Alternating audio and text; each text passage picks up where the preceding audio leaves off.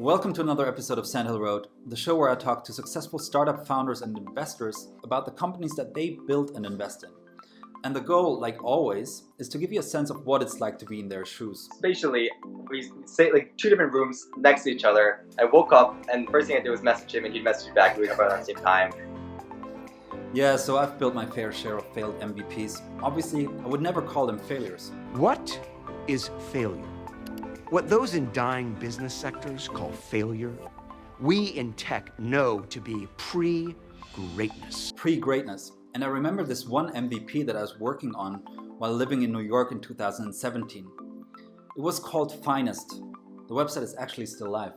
I was inspired by the whole New York gastro scene, and the idea was really that instead of Yelp reviewing entire restaurants, you would have dish-level, very granular, user-generated reviews. I never took it anywhere beyond MVP stage. So fast forward 2 years, I go through the list of the recent YC batch, and I see this app called Simmer, which is doing exactly this, but in a much better way than I could have ever imagined it. They've recently been covered by Forbes, and so I'm super excited to be joined by the two co-founders, Richard Wu and Vaibhav Verma, to talk about what Simmer is, what challenges they had to overcome so far, and where they want to take Simmer going forward. So let's jump right in.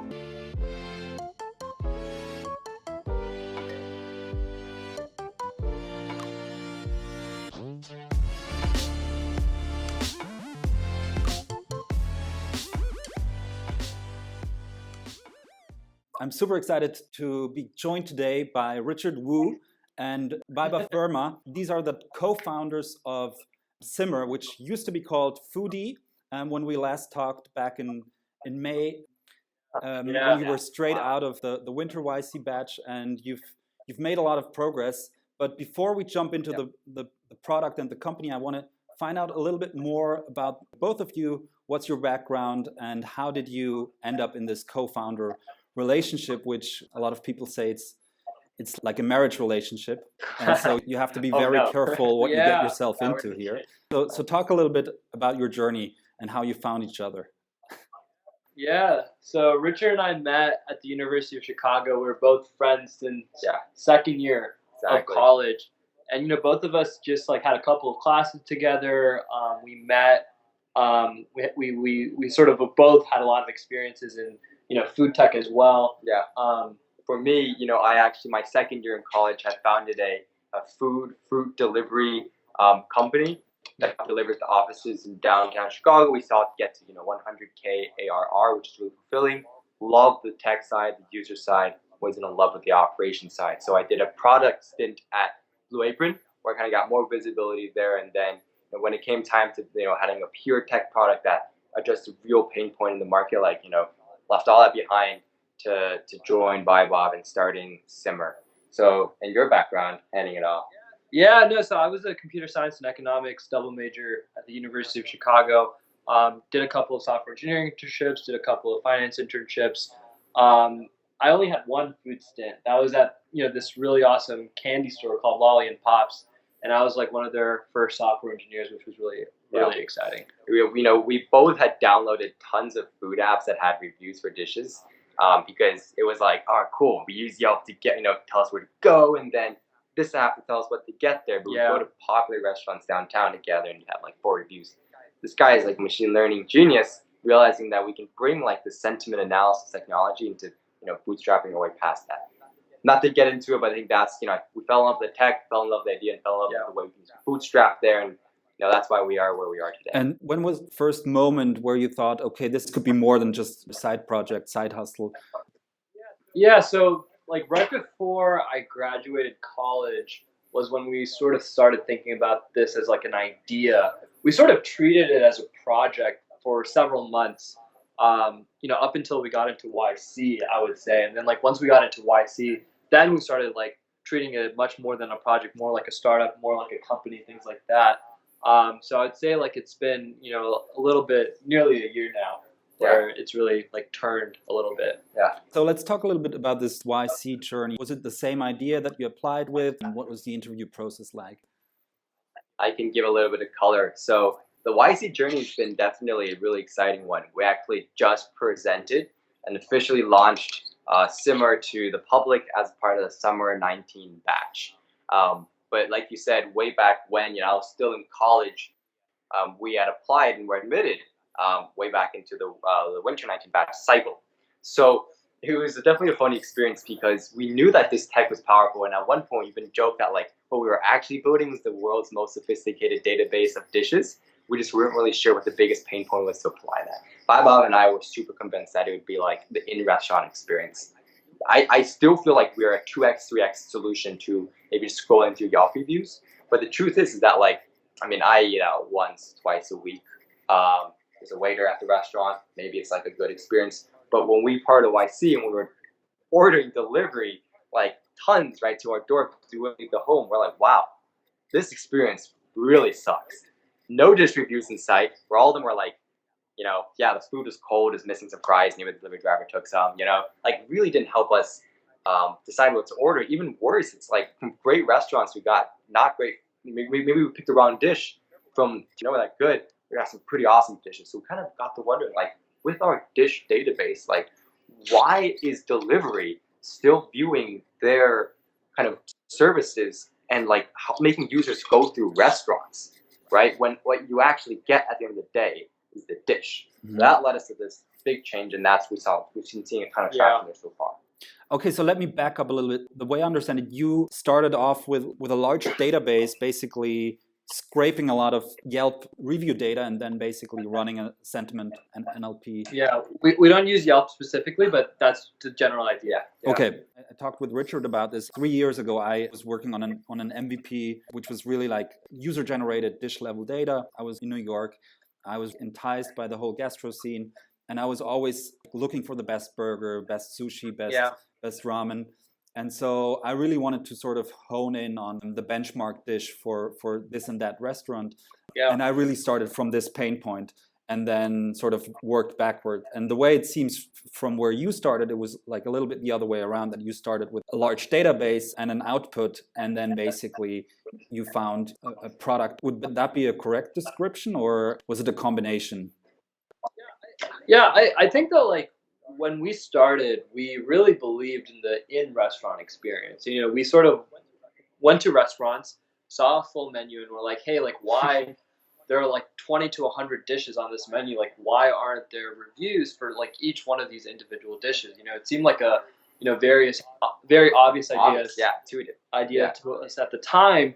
And then when we started like looking into like apps that had sort of tried this before, we saw a bunch of apps that sort of had tried to do reviews for dishes, but they were never able to bootstrap their database and get enough reviews to be an attractive application for users in the first place. So then, like, with my sort of like machine learning sentiment analysis background, I sort of realized that what we could do is we could aggregate all these different, review sites, all this data online, and like generate reviews from dishes algorithmically. And that sort of like is how we built this like very powerful database that sort of powers our application.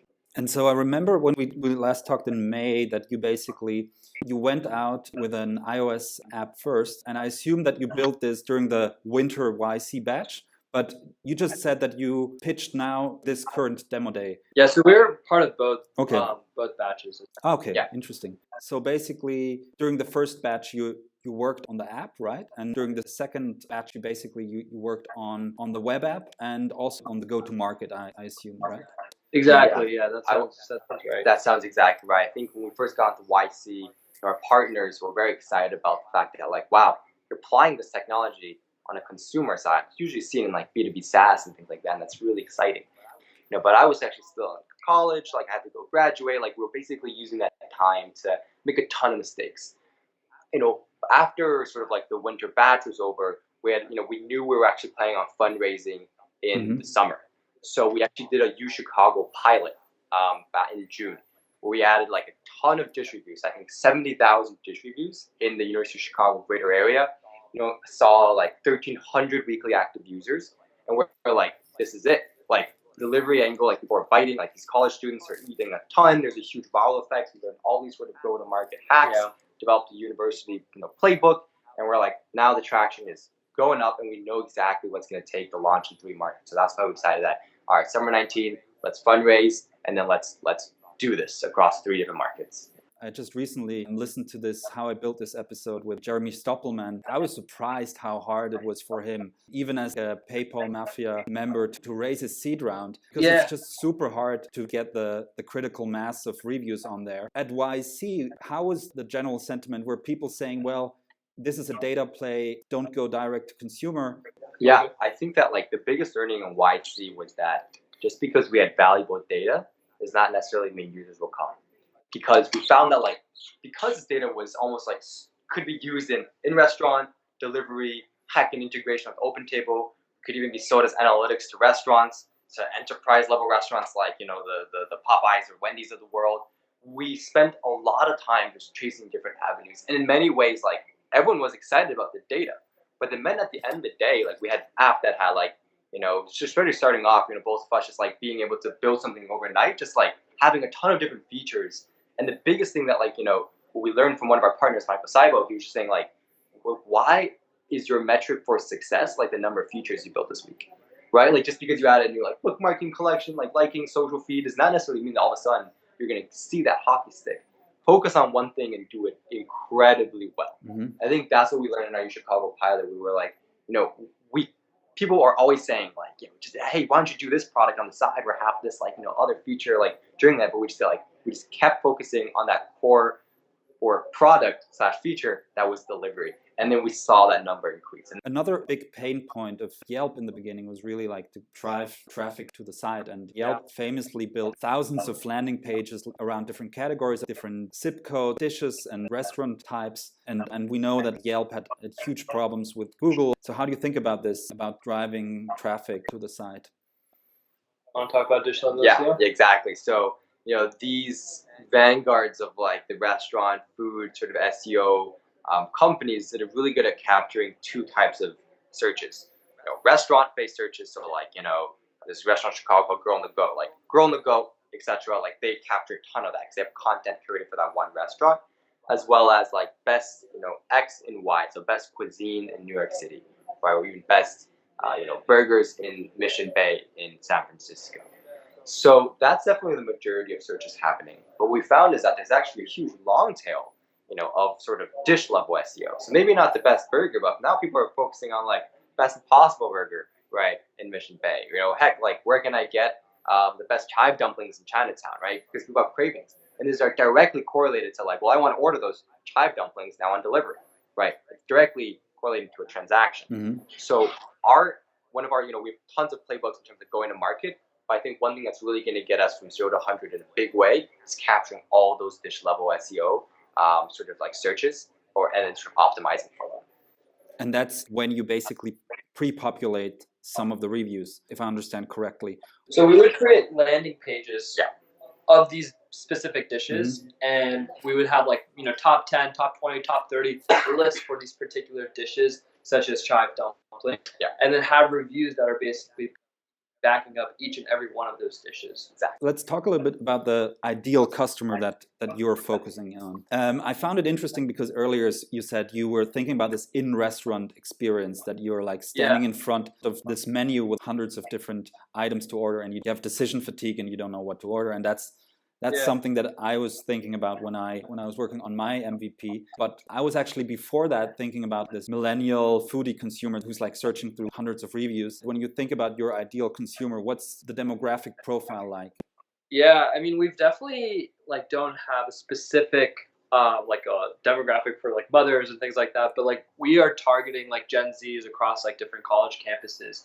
And, you know, the one thing that we found is that there are a lot of users who love using our application to like write a bunch of dish reviews and then order via delivery. So we have one user, I don't know if we should bring up her name, but she basically has reviewed like 750 dishes so far. Wow. Like basically goes to restaurants all the time, orders delivery all the time, and like basically uses us like, you know, 7, 8, 9 times like every single week. So like when thinking about ideal sort of users, like that's sort of definitely something that comes to mind. And that's cool to have this super user, Yeah, we have a bunch of those. It's always super slow. So we're like, like, you know, we don't need super, you know, users. And all of a sudden, though, because we have Bootstrap, people who used to or would have been Yelp elites but are Gen Z and, you know, they don't really go on Yelp elite. They're now Instagrammers. They're all just populating tons of content. Yeah. I will add a caveat, though, in terms of like not having a We don't necessarily yet know what exactly is our quote unquote target persona, but we know who we definitely are not trying to be an app for. At the end of the day, we don't just want to be a utility app, right? We love adding all these kinds of layers to our application, like, adding cool facts about ingredients, right? That was actually one thing you had talked about. So we call it item education. You should check it out, right? More You've added approachable. that already? I didn't. Yeah, exactly. Cool. Go to cool. some of the cuisines that we're adding like hundreds a week. Getting folks really have awesome like 3 sentences for each ingredient. Yeah. And the truth is that like we obviously want to be a utility app and that we're solving problems. But at the end of the day, we want to also be an app that users love, and that's not just being a super like utility based thing that like people come and leave a bunch of views and exit with. It's an app that people stay in, find awesome dishes for delivery, not only because it's highly rated, but because they're looking through the ingredients and being like, wow, I'm Korean American and I've never tried this Korean dish before, or hey, I'm Chinese American, I've never had this Indian delivery, like food delivered, or even Indian home cooking. All of a sudden, like this is making it so much more approachable. We want to really make a dish, an app at the end of the day that people really do love and love just kind of playing around with it. Let's talk a little bit about the go-to-market strategy. You have a little bit of this marketplace chicken and egg. Probably if there are no reviews, then people don't come in. And so when I was thinking about my MVP, one angle that I thought about was like using authoritative reviews, for example, The Infatuation. And I think I saw in one of the app reviews that you already toyed around with like basically using authoritative food reviewers to populate some of these dishes. Yeah. So in a nutshell, just to give a little bit of color, I'm a huge fan of Anthony Bourdain, huge fan of like Eddie Wong, David Chang, like these people, and then also like Vaibhav loves reading Infatuation, Eater and things like that. And like a lot of times, you go through, you read the reviews because you want to know it's good, right? Yeah. To actually get there, it's not just about like the glamour of what or the whatever about the ambiance. So it's been just kind of relatively easy to just kind of take all the dish mentions and layer it on top of our app as just like, hey, again, like I was saying, it's like not just an app to kind of get to the end dish, but it's like something you can actually explore and understand food better with. It's also an execution thing. Or all of a sudden, if we're adding like a famous celebrity, then they're like, okay, you saying the famous celebrity has been on this app before? We're like, no, we're big fans actually. So I think, but in terms of content strategy and just in terms of having an app that like, well, it's kind of cool. I didn't know this exists. You can follow Gordon Ramsay's angry reviews on Simmer. I think it's still a cool hack that people love to be like explore and play around with. In terms of go-to-market though, I think definitely like that is kind of a cool thing to kind of have as a better product. But one of our true go-to-market strategies has been focusing on users who deliver a lot. And for us, those are 2 groups of people. One is university campuses. We know the playbook well. We did a super successful pilot in Chicago. And we know how to basically, when we scale to 3 cities, target like the 5 to 10 universities in those cities to get like 10,000 weekly active users each within months. Second is the financial districts of these cities. These are folks who, with corporate cars are ordering every single day, every single evening, right? If we can make sure that they're not ordering the same damn, like pad thai every single evening, like, and have them order more, like, I think that's another group of people who are excited to basically have this playbook for. So in addition to all the things you said, like SEO, et cetera, like these are 2 things that we're going to hit the ground running hard with when we launch these cities in the fall. Okay. So the way I understand it now, you have sort of developed playbooks for different customer segments, and the university one is the one that you've executed on already, and the feedie, yeah, I mean, it makes a lot of sense. That Seamless was actually one of the first like food delivery apps long before you had something like DoorDash and Postmates, just because you had such a high frequency orders in New York City, right? Well, that's definitely a very valuable segment. A few other things I was personally thinking about when I was working on my MVP was that in the foodie community, you have a lot of vanity users. I mean, you have now some of these power users, right? Having this profile of yourself where you can basically document your own foodie journey can be a vanity thing, right? Let's say after a Paris trip, and send to their friend their profile, look, I've been to these places in Paris. That's something which I think could add a lot of engagement. That's exactly right. Like we've sort of talked to a lot of our power users, the people who have left like hundreds and hundreds of dish reviews, and we asked them like, how come you guys leave so many dish reviews on our platform? Like it's crazy.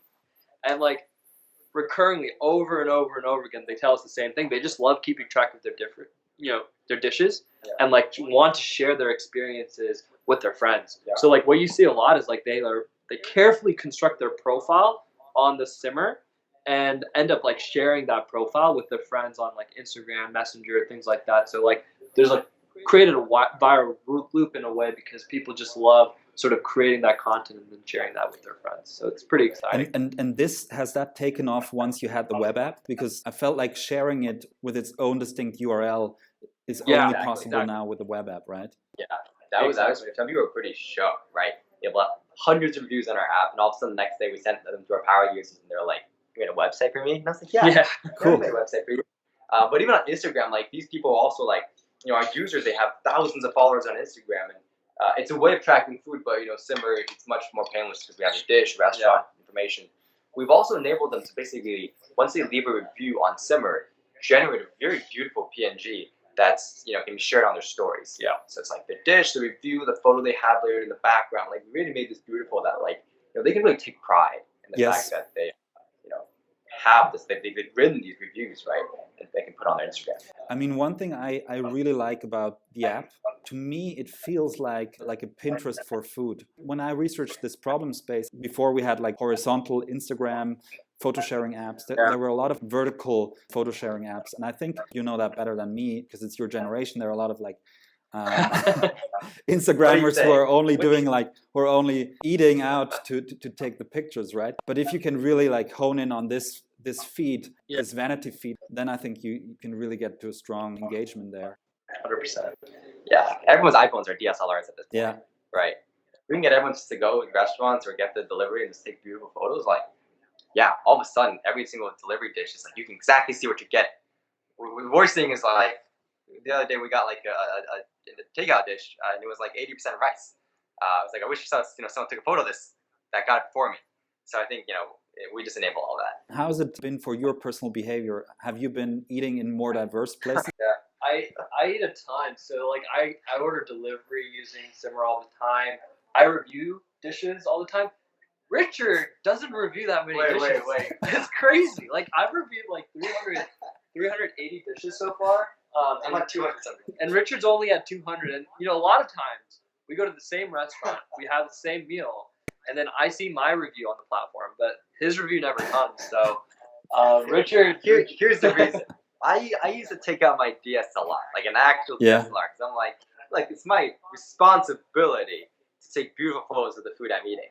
Then I have to sync it. That's my phone. And so maybe that's some friction I've created. So completely artificially created for myself. But I have dozens of photos on my phone just like waiting to be. There are dozens of users who are like more hardcore power users. That's good. That's a good sign. That's kind of a unique insight there because like we're worried like how YouTube doesn't add a dish. Users don't necessarily add dishes every single day, right? And sometimes there was like some power users who like all of a sudden a week later were like, oh my god, where'd they go? Did we lose one of them? You know what I mean? But then like a week later they'll leave like literally down the feed. The whole feed will be like 20, 30 reviews. Wow. And it's because like they are taking photos. They're thinking about Simmer. Maybe we need to make it more of a painless experience, but like they always come back. And so like the users that have left reviews early on, those retentions are like as flat as can be. There was one power user who probably left, I'd say, 150 dish reviews, and then we stopped seeing her for an entire month. And she was just like, we're just like, I guess she stopped using the app. And then like a month later, she literally added 100 dish reviews in 3 hours. Like she just like spent 3 hours just like leaving review after review, and like the entire feed was just her. And we're just like, wow. See, the truth is, like, that's the moat, right? People have been wanting to do this, especially Gen Z. Like, they're no longer on, they're kind of using Instagram as proxies. But, like, I mean, not to kind of get right back into the business sort of things. Like, that's kind of a moat, right? Is that, like, the machine learning is super awesome. Like, we all got a bunch of technical background, but, like, who's to say, that someone can't, quote unquote, do this faster than we do, go to market faster than we do. But the truth is that because we're the first person to do this, because we're the first person to leverage and bootstrap machine learning to do this, we can be the first to market, and we can capture all these, super users who are like Yelp elites that have retentions of like over 10 years.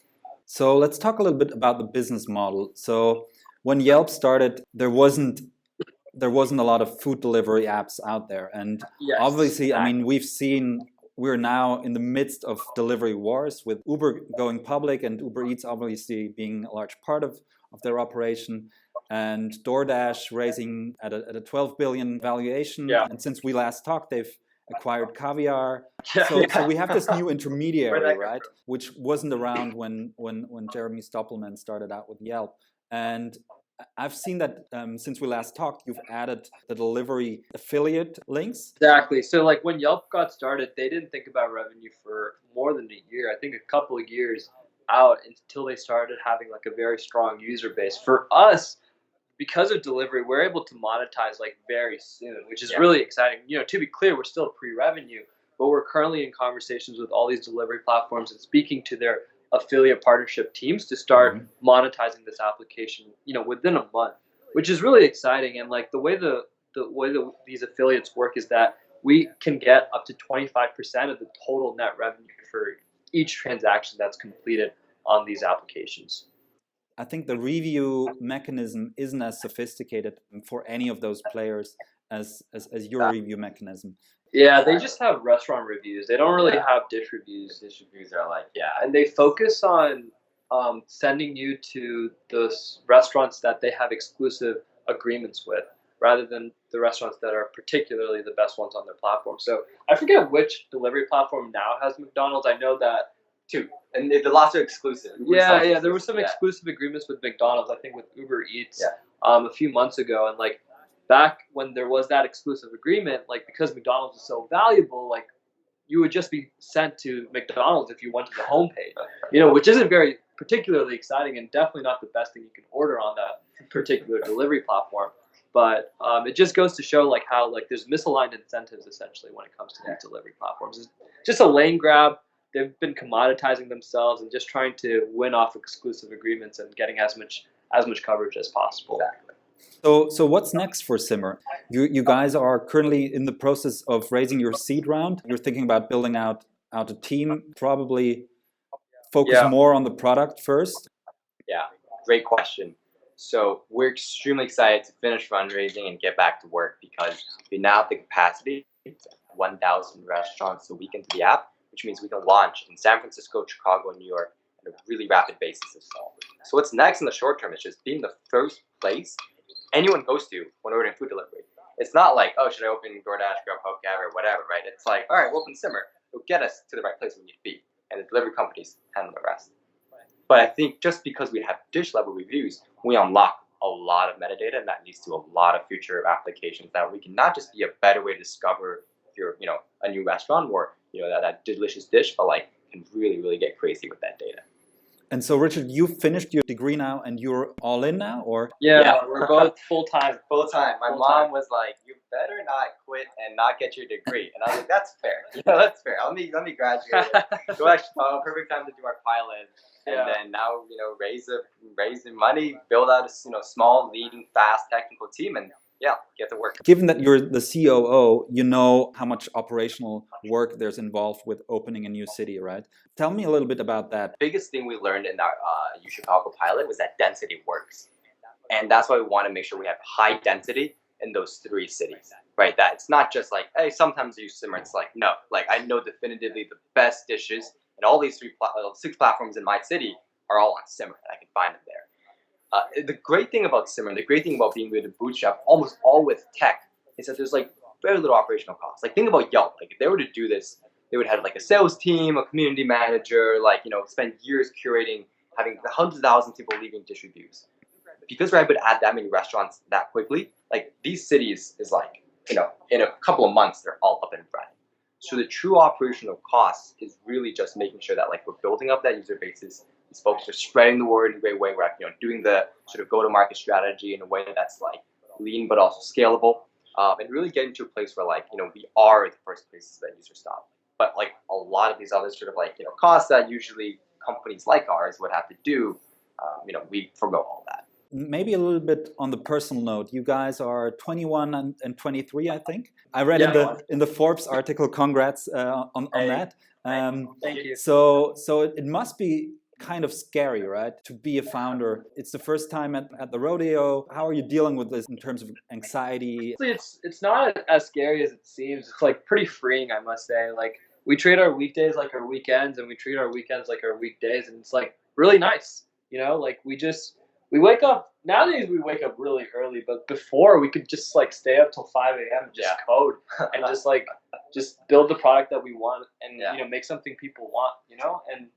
it's honestly awesome. Yeah, I was saying that's actually the scary thing is that like all of a sudden Forbes is covering us, like investors are sort of like participating around, and it's like, I believe in this. It's gonna be the first to market, and this can be the new way people order delivery. It's like, wait, what? Like, we're gonna be the ones to do this?